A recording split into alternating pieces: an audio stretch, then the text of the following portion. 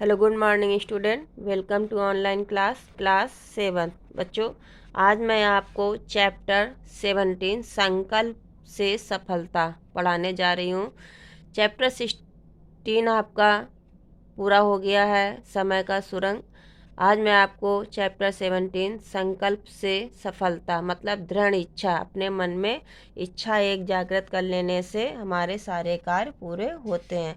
तो प्रस्तुत पाठ में बेटा संकल्प मीन्स क्या होता है? संकल्प का क्या अर्थ होता है? पक्का विचार। और सफलता मीन्स अपनी सफलता को प्राप्त करना। तो पक्के विचार से ही, दृढ़ निश्चय से ही मनुष्य अच्छे से अच्छे कार्य में सफलता प्राप्त कर लेता है। तो प्रस्तुत पाठ में भी लेखक तो नहीं, एक दादाजी ने अपने पोती के बारे में पत्र के माध्यम से बताया है कि मनुष्य को पक्का इरादा कर लेना चाहिए और पक्के इरादे से ही हर मनुष्य अपने कामयाब को, अपने लक्ष्य को हासिल कर लेता है। तो आइए हम अपने पाठ में आते हैं। असफलता केवल यह प्रमाणित करती है कि केवल सफल होने से हमारा संकल्प पूर्ण होता है, बल्कि दृढ़ नहीं बढ़ता है। मतलब किसी कार्य में एक हमारा संकल्प नहीं होता कि हमें पास होना है या पढ़ना ही है, तो इसके लिए ये मायने नहीं रखता है, बल्कि एक सफल और असफल मनुष्य के बीच में न केवल योग्यता का अंतर होता है और न ही ज्ञान का, बल्कि अंतर होता है दृढ़ संकल्प का।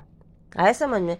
मतलब क्या बताया कि असफलता केवल यह प्रमाणित करती है कि सफल होने के लिए हमारा संकल्प पूर्ण रूप से दृढ़ मतलब पक्का नहीं था।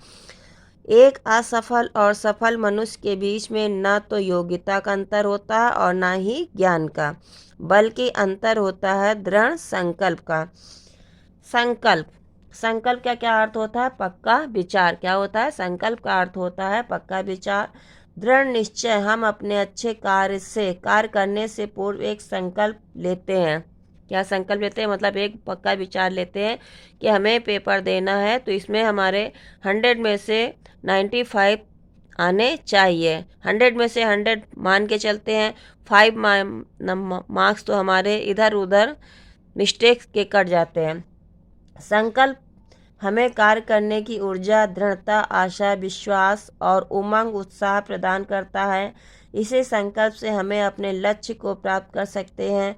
प्रस्तुत पाठ में एक बालिका को उनके दादाजी के द्वारा, क्या बताया? प्रस्तुत पाठ में एक बालिका को उनके दादाजी के द्वारा संकल्प और परिश्रम के महत्व को समझाया है। ये देखिए, ये यहाँ पे दादाजी हैं और ये उनकी पोती है। तो प्रस्तुत पाठ में उन दादाजी ने अपनी बालिका को मतलब पोती को एक संकल्प के महत्व के संकल्प और परिश्रम के महत्व को समझाया है। ठीक, आइए हम आते हैं। अब उन्होंने देखिए क्या लिखा, दादाजी प्रिय सौम्या।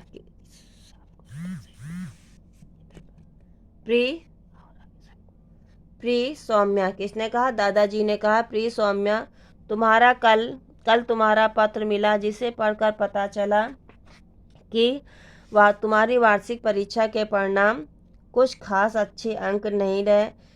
लेकिन इसके लिए तुम्हें निराश या दुखी होने की कोई भी आवश्यकता नहीं है। तुम्हें बस इस बात पर विचार करने की आवश्यकता है कि कमी कहाँ क्या रह गई। अपनी कमियों को ढूंढो और सच्चे मन से परिश्रम करो, तुम्हें सफलता अवश्य मिलेगी। सौम्या, हर मानव की कुछ इच्छाएं और आवश्यकताएं होती हैं। वह सुख शांति की कामना करती है, दुनिया में नाम की इच्छा रखता है, किंतु कल्पना से ही सब कार्य सिद्ध नहीं हो जाते। इसके लिए परिश्रम करना पड़ता है। जैसे सोए हुए शेर के मुख से स्वयं पशु प्रवेश नहीं करता। क्या बताया है? दादाजी ने अपनी पोती को बताया कि बेटा सौम्या, कुछ तुम्हारी जो परीक्षा परिणाम हमने तुम्हारे देखे उसमें ज़्यादा अच्छे तुम्हारे नहीं रहे, लेकिन इसमें दुखी होने की कोई भी बात नहीं है। आगे तुम इस बात पे ध्यान रखना कि आखिर हमारी जो किसी भी सब्जेक्ट में नंबर कम आए हैं तो किस लिए कम नंबर आए, उस बात पे तुम उस पर गौर करो और सफलता प्राप्त करो। और केवल मन के चाहने से ही कोई कार्य इच्छाएं पूरी नहीं होती है। भाई, अगर हम मन में सोच ले कि हमें खाना मिल जाए, तो खाना मिलने के लिए हमें परिश्रम करना पड़ेगा ना। तो ठीक उसी तरीके से केवल सोचने से ही व्यक्ति के हर काम पूरे नहीं होते। इच्छाओं से ही व्यक्ति के कार्य पूरे नहीं होते, बल्कि उसके लिए हमें मेहनत और संकल्प करना पड़ता है। किंतु कल्पना से ही सब कार्य सिद्ध नहीं होते, इसके लिए परिश्रम करना पड़ता है। शेर को परिश्रम करना पड़ता है। जैसे केवल मन के इच्छा से कार्य सिद्ध नहीं होते, उसके लिए परिश्रम करना पड़ता है। परिश्रम ही जीवन की सफलता का रहस्य है। क्या बताया? रहस्य मतलब भेद। रहस्य मीन्स क्या होता है? भेद।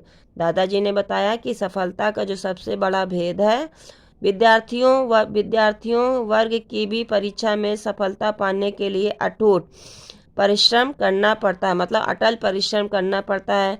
मनुष्य परिश्रम से अपने भाग्य को बना सकता है। कहा जाता है कि ईश्वर भी उन्हीं की मदद करता है जो अपनी मदद स्वयं करता है। मतलब दादाजी ने अपनी पोती को बताया, सौम्या, कि मानव भी परिश्रम से अपने भाग्य को बदल सकता है, और ईश्वर भी, अल्लाह ताला भी उनकी मदद करता है जो स्वयं अपनी मदद करते हैं, और उनकी मदद करता है जो स्वयं अपनी मदद करते हैं। हर व्यक्ति सफलता प्राप्त करना चाहता है, लेकिन गति के प्रथम चरण में ही कई कदम ठिठक जाते हैं। शंका, भय, निराशा के कई रोड़े अनजाने में उन्हें असफल कर देते हैं। आंखें तो सभी के पास होती हैं, पर यथार्थ मतलब बेटा क्या होता है? वास्तविकता को समझने की दृष्टि से भी सबके पास जरूरी हो, यह ऐसा नहीं है। परंतु शायद आदि ऐसे शब्द हैं जो संकल्प पथ से आगे आते अवरोध प्राप्त संकेत कर देते हैं। मतलब अवरोध मतलब क्या होता है? रोकने वाले मार्ग को खड़े कर देते हैं। अवरोधक मतलब रोकने वाला, बाधक। शब्दों में मुक्त होकर कोई सफलता के सामंजस्य में कोई भी कार्य को रोक देते हैं, प्रवेश नहीं कर पाते हैं। जहाँ संशय होता है, जहाँ संशय मतलब संदेह, दुविधा होता है, विनाश को स्वतः मीन्स अपने आप आमंत्रण मिल जाता है। सफलता और असफलता, आशा और निराशा का स्रोत विचार ही है। क्या बताया? कि सफलता और असफलता, निराशा और निराशा का स्रोत केवल विचार ही है। विचार जगाता है तो व्यक्ति जाग जाता है। विश्वास आशा के पथ से गुजरकर सफलता तक जाता है, जबकि संशय निराशा के पथ से गुजरकर वो असफलता को पक्का कर देता है। ठीक। अब आता है फ्रांस का प्रसिद्ध। यहाँ पे दादाजी ने बताया कि फ्रांस का जो प्रसिद्ध योद्धा था वह था नेपोलियन। उसे रूस पर आक्रमण करना था। राह में आल्प्स की दुर्गम मतलब कठिन पहाड़ियाँ थी। आल्प्स की पहाड़ियों को पार करना बहुत ही कठिन कार्य था। सेनापति ने नेपोलियन से कहा, सामने आल्प्स की पहाड़ियाँ हैं, उन्हें कैसे पार करोगे? नेपोलियन ने सेनापति की बात पर कोई ध्यान नहीं दिया और सेना को आगे बढ़ने का आदेश दिया। कुछ दिनों के पश्चात नेपोलियन ने सेनापति से पूछा कि वे आल्प्स की पहाड़ियाँ कहाँ हैं। सेनापति ने सिर झुकाकर कहा कि दुर्गम पहाड़ियों के कहा कि पीछे रह गई हैं। ये नेपोलियन के साहस ही था जिसने पूरी सेना के साथ आल्प्स की दुर्गम मतलब जहाँ पहुँचना कठिन हो, पहाड़ियों को बिना कठिनाई के ही पार कर दिया। सच ही कहा है, साहस के बिना सफलता असंभव नहीं होती है। तो प्रस्तुत पाठ में भी दादाजी ने बताया कि एक बार अगर मनुष्य अपने कार्य को सफल करने का पक्का विचार बना ले तो सफलता उसे प्राप्त होती है। एक बार एक राजा ने अपनी बेटी का स्वयंवर मतलब क्या होता है बेटा? कन्या द्वारा अपना वर चुनने का एक विचार। कन्या द्वारा स्वयंवर मतलब स्वयं अपना वर चुनने का अधिकार। कन्या द्वारा अपना वर चुनने का एक स्वयंवर रचा। राजकुमारी बहुत सुंदर और साहसी थी। दूर दूर से राजकुमार, सेना नायक, सेनापति, धनपति उस स्वयंवर में हिस्सा लेने आए। जब सब जनता एकत्रित हो गई तो राजा उन्हें एक तालाब के किनारे ले गए। उस तालाब में बहुत से मगरमच्छ तैरते हुए दिखाई दे रहे थे। जैसे ही तालाब में मछलियां फेंकी जाती, कुछ मगरमच्छ तो कूदकर उन्हें लपक जाते, बाकी सारे मछली छीनने के लिए झगड़ा करते। मगरमच्छ को लड़ाई और आवाज़ का बहुत भयानक दृश्य था। राजा ने घोषणा कर दी कि जो व्यक्ति इस तालाब को तैरकर पार कर लेगा उस व्यक्ति से राजकुमारी की शादी कर दी जाएगी और आधा राज्य दे दिया जाएगा। राजा के किनारे तालाब के किनारे सैकड़ों लड़ते झगड़ते और मछली खाते मगरमच्छों को देखकर लोग तालाब में कूदने से डरते। तभी एक साहसी युवक अपनी जान की परवाह न करते हुए तालाब में कूद पड़ा। ठीक बेटा, आज हम इतने ही आपको पढ़ाते हैं। अगले टर्न में हम इसके आगे सेकेंड पार्ट पढ़ाएंगे।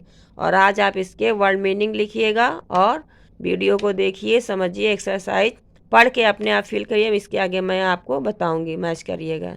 धन्यवाद।